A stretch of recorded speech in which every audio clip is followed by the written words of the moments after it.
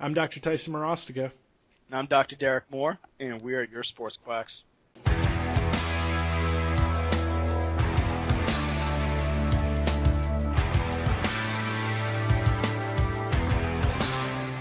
All right, everybody. Hey, so this is Dr.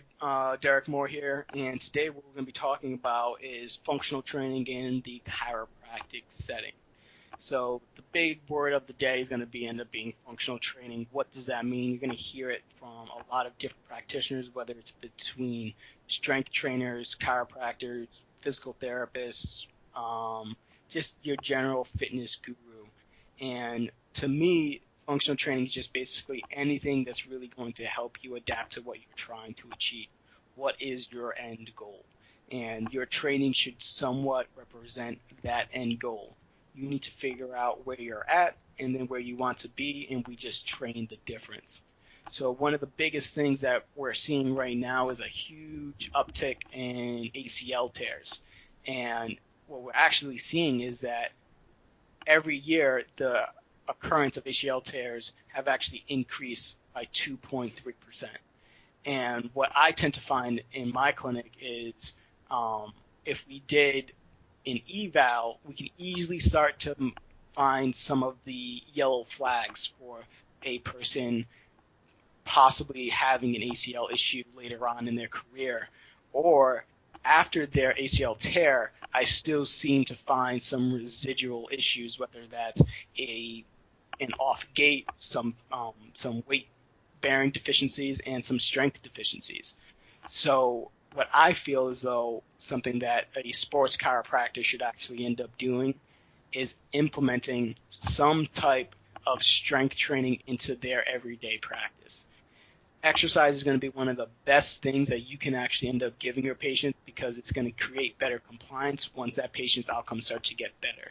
If you're just doing passive modalities and just trying to hope that the adjustment's going to make this person a stronger, a more efficient athlete, you're going to miss the boat. So implementing some exercise is always going to be a fundamental aspect of my care. So I know Tyson has a lot of experience with golf, especially along with the LPGA. What have you actually have seen as when it comes to strength training and maybe the experience that your patients have had, whether they have had or not had with strength training when they actually come into your office? Yeah, I see a lot that tend to have no experience with strength training, right? So when we talk golfers don't tend to do any type of power training, or they tend to avoid it, right? Because there's this kind of almost a myth that if you work out too much, you're going to lose your flexibility, right? You're going to lose that ability to separate and ability to generate power. And there is, I will say there is some truth to that, right? Right. But I believe it's more of your style of lifting, right? I think you can lift heavy, but the problem is that are you lifting it? Are you moving that weight in a functional type movement, right? That sounds crazy. Like that sounds like I'm just saying functional a lot. Like what does functional mean, right? Functional is optimizing the patient's ability to move in the pattern that they want, right? So streamlining that so that we can be able to generate power, right? So with my golfers, I'm going, okay, you're an LPGA Tour player. It's funny because some of my girls are extremely athletic, and some of them have no athletic ability at all. And but I mean, the same can be found true for any PGA Tour player. You watch them do screens, like some of these guys look like they've never played a sport in their life. Sorry, anyone who comes to work with me in the future, but guess what? Golf doesn't tend to make you the most athletic person in the world. Whoops. Right, yeah. But you're great on the green, but doesn't mean that you're an athlete. Yeah, exactly. But here's the thing: we can make you an athlete. We can make you functional. We can make you powerful, and that's what I love. These people come in and they're like, are you sure you can make me, like, can you really make me more athletic? Heck yeah, I can. I can Right. develop Hmm. you into an athlete. So that's where we talk about strength functional training, right? So Right. these people, a lot, I just love working with them because it's telling them, hey, you can build power and strength in your motion, right? So you're not, Hmm. I always thought, I feel like I always had this misunderstanding of what strength and power was for a long time. I was always like, oh, how much weight you can lift, how much weight you can get overhead. That's where it is. All right. Like, so you look at, like, unfortunately, I harp on CrossFit a lot. It's not that Yeah. I Right. don't like CrossFit. I think Hmm. CrossFit's wonderful. I actually really do. But the mentality of certain groups tends to lead more towards Olympic lifting, Hmm. than it does CrossFit functional exercise, right? Hmm. So for me, people that come into my office looking for our athletic training, looking for our golf training, or looking for like I work with a lot of high school football players in the area, and so my Right. thing is I'm telling them, okay, what do you do? What position do you play? And how do we maximize that movement, and how do we build strength, whether it's lifting weights, working with bands, Hmm. what do we need to do? Are we going to work more in concentric loading? Are we going to work on eccentric loading? Like, there actually is a pattern that you really have to follow and understand, who you're getting in the door, essentially. Right. Yeah. And so like the biggest issues that what I usually end up seeing is there's always going to end up being a line between rehab and performance, Right. and it's going to be a matter of you can some we have clinicians that are more rehab based and we have clinicians who are more performance based, and then there's very few, but they are out there who can kind of bridge the gap and understand a little bit of both worlds. Yeah. But a lot of times I think the biggest problem is the chiros who are I think the chiros who are performance based can do rehab pretty well. Their biggest issue is usually that they usually tend to overload a little bit too early. Yeah. But even then, they can actually do it pretty well. My general problem usually it's the chiro who can do rehab really well, who's trying to dabble into performance, especially in a sport that they don't know. So what I find is like, okay, if if I'm a so for example, I know football very well. I can understand their training concepts, and I understand what I need to do to increase my guy's 40 time if we're going to start to work on certain things when it comes to muscle mass. But if I find out that this person needs to actually put on some type of that this person actually has to put on muscle mass, and this guy needs a trainer as a chiro, I just don't have the time to do that. Right. So I'm not going to have him come to my office and try to get him there. That's when I start to outsource. Get him that trainer that's going to end up doing that versus telling him, hey, we're going to increase your 40 by having you do goblet squats with these 20-pound goblet kettlebells. That's not going to get it done. So Right. some Right. some chiros have like full out facilities in their office, and they can actually get these type of workouts done. But generally, I think for chiros, it's a better position to stay within that rehab setting and bridging gap. But once you start to get into a performance setting, then get the training from somebody else. Now, with you, when Tyson, when we're talking about like with a golfer, I think golfing is a great avenue because for the most part, we're not looking for them to do anything crazy when it comes to weightlifting. We're not looking for max deadlifts. We're not doing snatches and clean. We might do some cleans with our athletes, but even then, you start to do risk benefit. What happens to their wrists if they can't catch Yep. in a Yep. right position? Is the front rack position? Are they able to get into a front rack position without jacking up their wrist? But so what was interesting, and I want to hear kind of your opinion on it because I wasn't too sure about it. I didn't feel real comfortable with what he said. So Greg Rose, if people don't know, he's a chiropractor who's one of the founding members of Titleist Performance Institute. He had this little blurb that I saw on Twitter. So Tyson, kind of let me see your opinion on this. Okay, okay. He says that he would rather um, have a have a golfer. We'll just stick with a junior golfer who is a bad who has bad mechanics but a good athlete versus somebody who has good mechanics and a bad athlete because Ooh. he believes he can teach you to hit a straight shot easier than it is to turn that person into an athlete. Okay, so I have kind of an interesting kind of perspective on this. So Yeah. I've kind of said in earlier podcasts, I was a college golfer.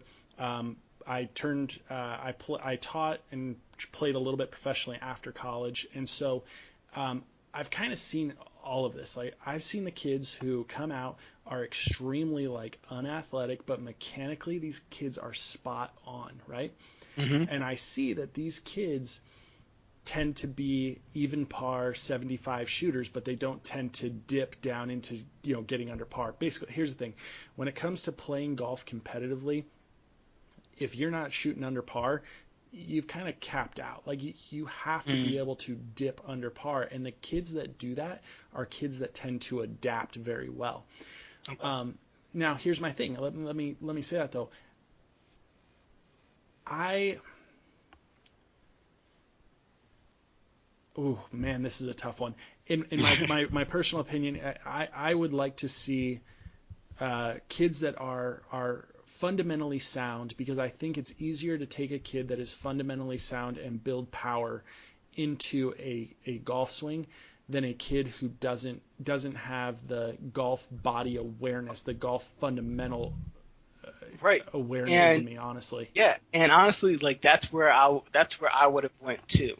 Um, and now obviously, Greg has seen far more golfers than either of us combined, Sure. and he's worked with some of the top tier athletes. But I just think from a strictly a clinician trying to master getting getting the most out of their athlete, man, like strength training isn't necessarily, especially when we're talking about a junior, isn't that hard.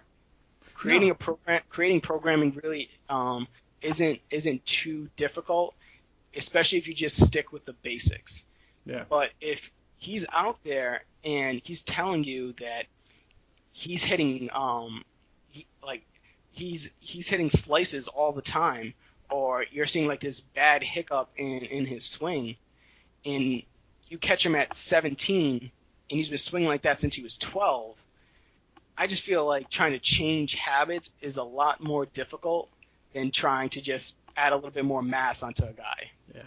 See, I see this. I follow a lot of these golf guys, a lot of these TPI guys. Like obviously that's me. That's what I love. I'm a golfer. I love it. I still teach on Saturday mornings. I go to clinics and I still teach the swing, right? So I follow these guys, and it's interesting because everything that they put out is maximizing swing speed, maximizing distance, maximizing this, and there's Hmm. the technique and they tend to get overlooked, right? So let me take it to this. I work very closely with a golf professional here.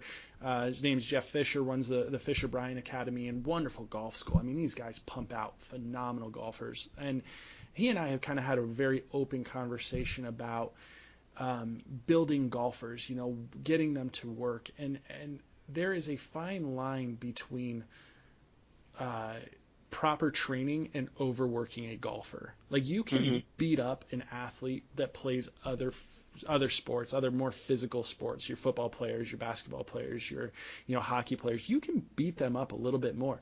But Hmm. a golfer, you throw them off on their workout and you just screwed up their whole week. Right. You have to play this fine line, and that's something that one of the greatest blessings that I have when it comes to working with golfers is I know how that is. So Hmm. when I was playing in college, I was playing at a school. We got this athletic trainer, right, that was considered one of the best in the country, right? He was the athletic trainer for a certain school. I don't want to say too much because I don't. Right. But Yeah. but basically, he came from a big program that was a top 10 team in the country at one point, and we were going in working. We had 5 a.m. workouts, right? So I go in, I'm excited, right? I get my workout. I probably did 1,000 push-ups that day. I swear to you, like it was 1,000 Right. push-ups up and down and ladders and back and forth, and then I'm bench pressing, and then I'm doing this, and I was like, man, I am dead. And I walk over and like so I get through my practice. So I get done with that. I'm supposed to go to practice at like 11 o'clock. I have classes. I go to practice, and my arms are jello. I Yeah. cannot swing a club. And guess what? I lost 2 days of practice because I couldn't recover. Nothing. So I get in back in the gym in the morning, and I look over and I see the paperwork for the basketball team.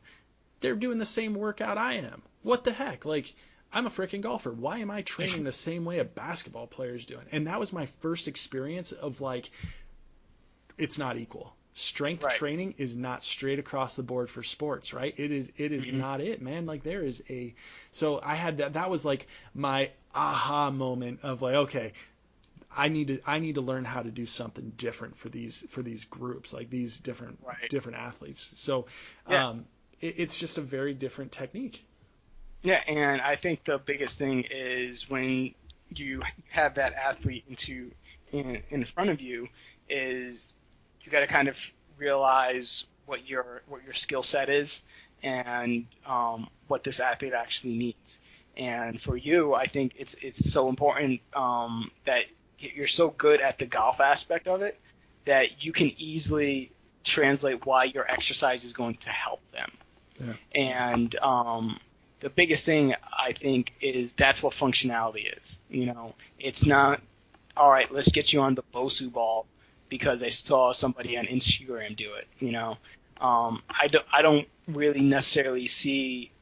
I saw this other thing where they had a a golfer on two of those kind of instability balls, like the two Okay. little flat ones, LeBron Jamesing it up like in his warm up. the little squishy ones that you do like a single leg stance on, you know. Okay, yeah, yeah, And they had that golfer on there practicing his swing because they're just like trying to get him more proprioceptive feedback. And all I'm thinking is just like, yeah, but he's only going to be good if he's trying to hit a tee shot on during an earthquake. You know, like it's not like there's no like when is the ground moving underneath you as a golfer? And it just and I can immediately just start thinking. I'm just like, why not just have for you, especially when you showed me that it was one of the few golf coaching cues that I would give is when the player says that they slide a little bit, you do the feet together, step out, then swing the ball kind of thing. yeah.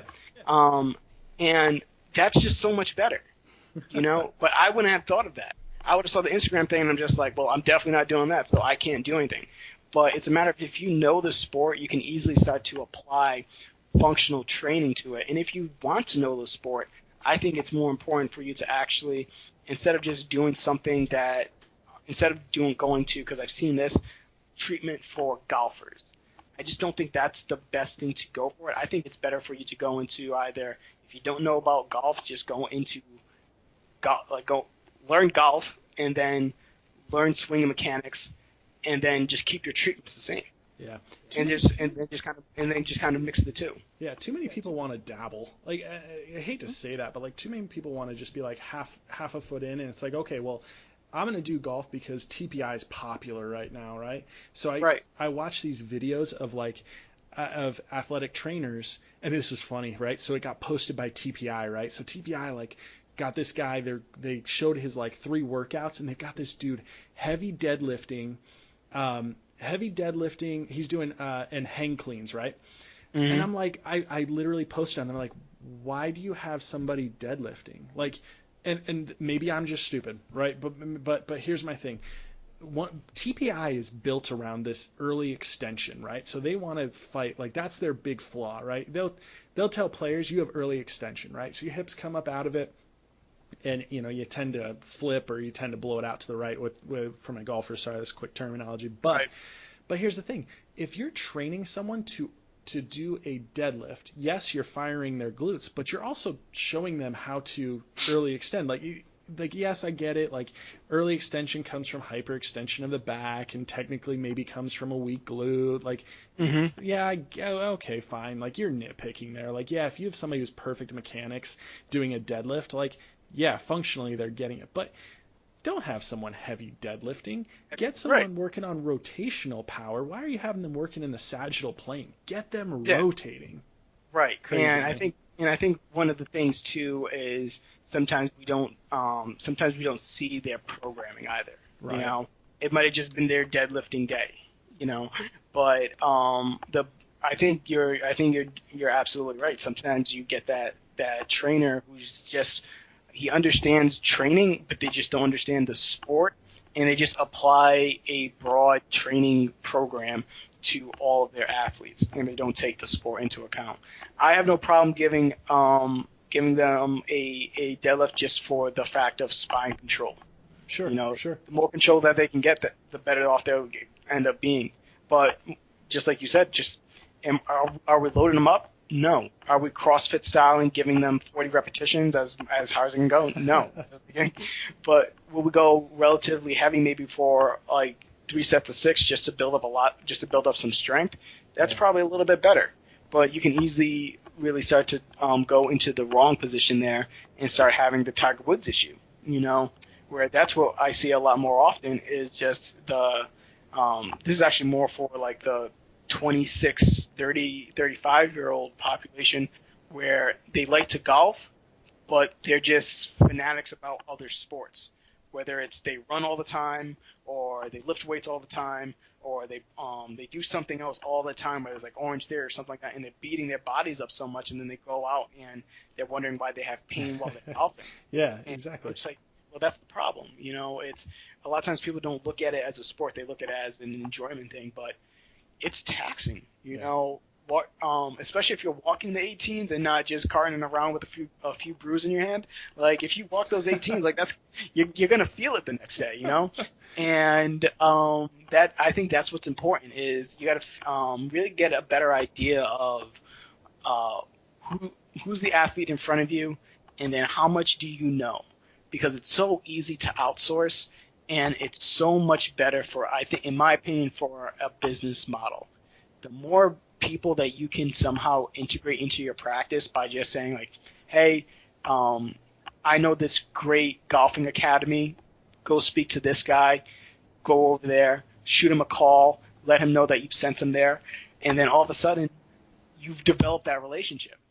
And the best part is now that guy knows about you, Yeah. and um, you do a meet and greet with him, start talking about what you can present for him, and you're not selling what you do. It's more of, hey, you're a good coach. Let me get you more people to coach, Sure, sure. and So, let me get your people to continue to be with you. So that way, when you do, because I see one of the biggest issues for coaches is that when people get hurt, they don't go to the gym or they don't go back to the range. If we can get those people to just be healthy, that coach is now going to make more money because he has more people to train. yeah.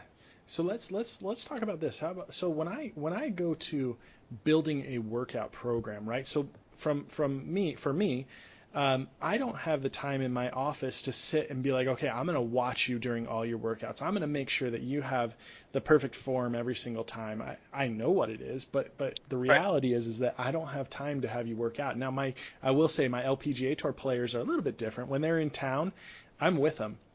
Mm-hmm. But here's the reality is that I can't be with them. They're traveling, right? So I can't I have to build a program that incorporates our functional training and our strength training. So just to give you a little piece of what I do, when I build a workout, when I'm building the plan, I group things, right? So I go, okay, what is the functional aspect that we're working on? What is the strength? What is our goal? And then on the side, what is our goal for our strength, right? So I'm Mm-hmm. finding that with my golfers, I want to build power and rotation, and I want to build vertical jump. I am Mm-hmm. a firm believer that if I can get them to jump higher, I can get them to hit it farther. Firm Right. believer, right? So when Mm-hmm. I'm talking to them, or when I build this program, here's what I do. I compartmentalize things. I go, okay, here's our mobility. This is our stretching routine, and this is our flat out. What do we need to focus on? What were your failures? What were your limitations in your screening, right? Mm-hmm. That's our mobility. You're performing your mobility work 6 days a week. and guess what? You're not getting out of it. That's kind of the way I tell them. I'm like, Yeah, you're going to hit this 6 days a week, no excuses. Then what I'm saying is, okay, then I'm giving you a stability program that's going to help us work on our overall, whether it's core stability, glute strength, hip, pelvic stability, whatever we're focusing on for that program. And then what I'm giving them at the end is I'm giving them strength. I'm going, okay, you're going to hit stability and strength 3 days a week, maybe 4 days a week. Let's see how you're feeling, right? Mm-hmm. So when I build these programs, I've got to give them, they've got to come in, we work on it. This is how you're going to work out when you're gone, when you're not here. And that's my basis. I don't know if that's something that you do with your athletes, but I find that I have to give them information, give them a workout that is feasible, but also incorporates all of these compartments. Absolutely. And I mean, that's the best word is you said, like feasible. Like when, and this goes far beyond athletes, is before I give out any exercise program, I always ask them, what do you have access to? Exactly.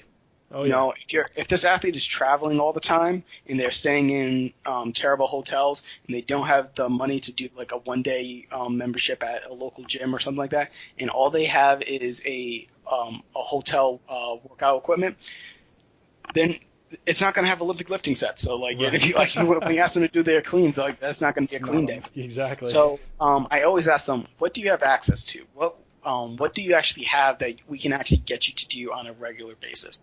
And then the next thing is with the exercise, I never give an exercise that we haven't gone over in the clinic. Yes. Oh, yeah. Because I can give you a YouTube video, you can watch a YouTube video, it can be the best person in the world, but if we haven't gone over it in the clinic, then I'm going to have I'll have nightmares of what may be going wrong with every time you do the exercise, because if you're going to do it, and I hope that they do, I don't know what type of motor patterns that they're creating. Oh, no. Doing something weird every time that they do the exercise. Could you imagine if a patient got injured by an exercise that you had them watch on YouTube? That's your nightmare. Right, exactly. You know, so it's more of keeping the exercises nice and basic, and then making sure that they can do it in the office in front of you, so you can start to nitpick a little bit. Sure. And just having them clean up the form. And for me, it always starts to get into that phase of, I know when this athlete now is getting into a performance range. This guy needs to be loaded more. Explosive movements need to start to be increased more. And as I start to kind of get more and more into practice, I think I'm becoming more and more comfortable with figuring out how to get them a trainer. You know, like for general health and wellness, I'm okay. I feel like programming is easier in that sense. We can I can get the 40-year-old male who wants to lose his gut. I can easily write him a program that has a good periodization, that's going to have some scaling, that's going to get him where he needs to be. But when we're talking about that sophomore in high school who's has a good 40 time, he possibly has the ability to play D1. And even if sometimes they tell me, like, I don't really even have enough money to afford the both of you. And I would tell them, I was like, hey, listen, more than likely the trainer is going to be the one that's going to be a better buy for them, because at the end of the day, they're not going to so what's funny is actually the NFL has just implemented some of the FMS stuff into their programming. So I used to say they're not going to look at your overhead squat and critique you on it. They do. They do. but I mean, the thing is, if you get a 2 or a 1 on your overhead squat, but you run a 4-3, that overhead squat goes away. Right, exactly. So like it doesn't necessarily it doesn't matter. You know, who is it? Like Mason Crosby did 1 pull up or something like that. It doesn't matter. You're still going number 1 if you produce on the field. So it's a matter of sometimes I think leaving the ego at the door, and the patient will appreciate you more if you figure out when they have to advance. Did you just reference a kicker's combine of 1? Yeah. Yeah, I think That's he did one. fantastic. That's fantastic. I think he did one. So it like it's for a lot of the athletes, I think it's more about just education. For the general public, it's education and form and getting them to kind of get into some type of activity. And our discussion on Medicare, it goes well into the older population too. Don't give your Medicare patients deadlifts right away. Can they hip hinge? Yeah. No. Don't give them a bar.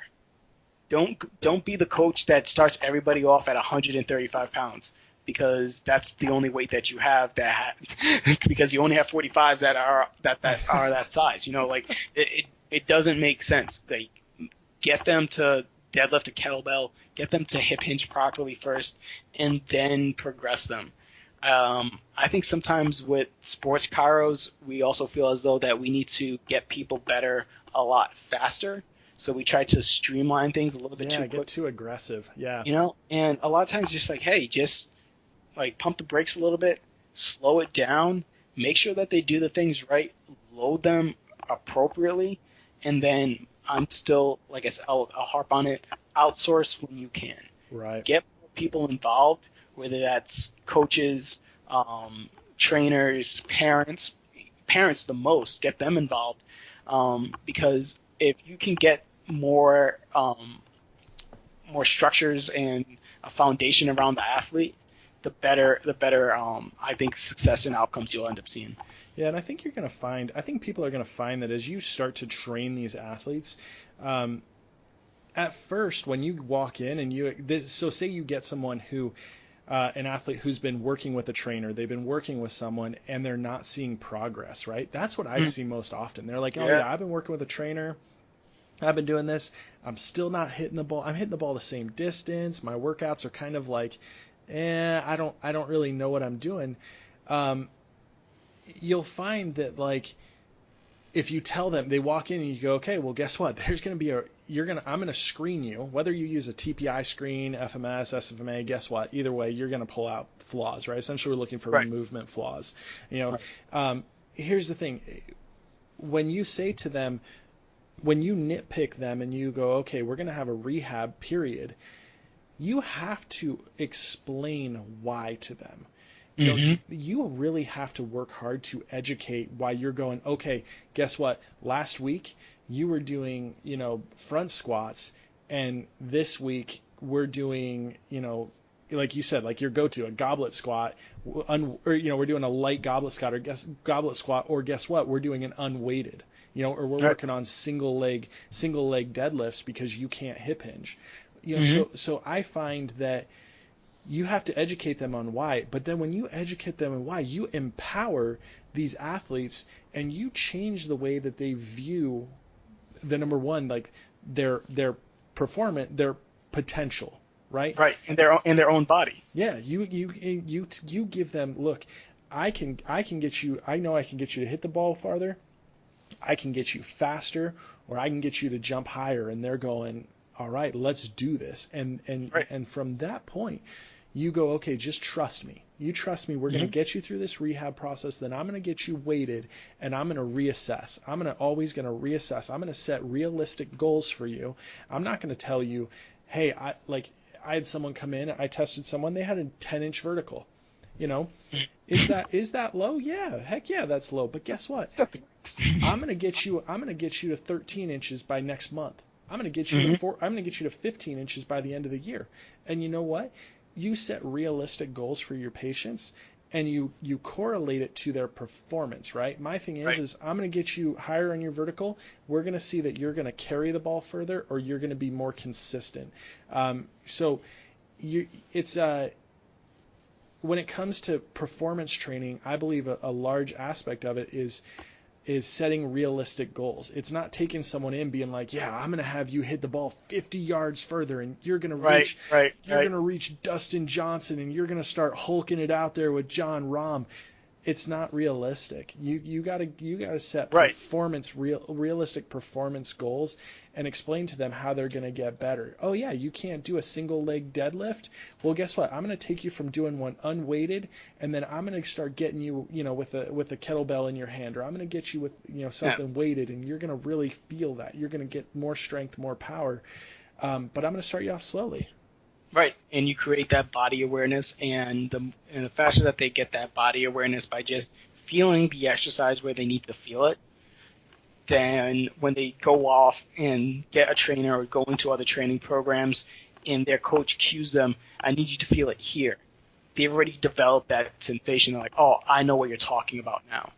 But if they've never had that, a lot of times when they're in our office, that's the first time that they, like you said, that they say, like, oh, I actually feel it here. Yeah. And that's going to be one of the biggest things that we can actually help and improve on. So, as always, everybody, reach out to us. Let us know what you want to hear us talking about. Follow us on Twitter. Follow us on Instagram. Like the podcast. And as we keep saying, we're just trying to help improve sports chiropractic in today's age, and we can't do that without your help. So, everybody, have a good night. Take it easy.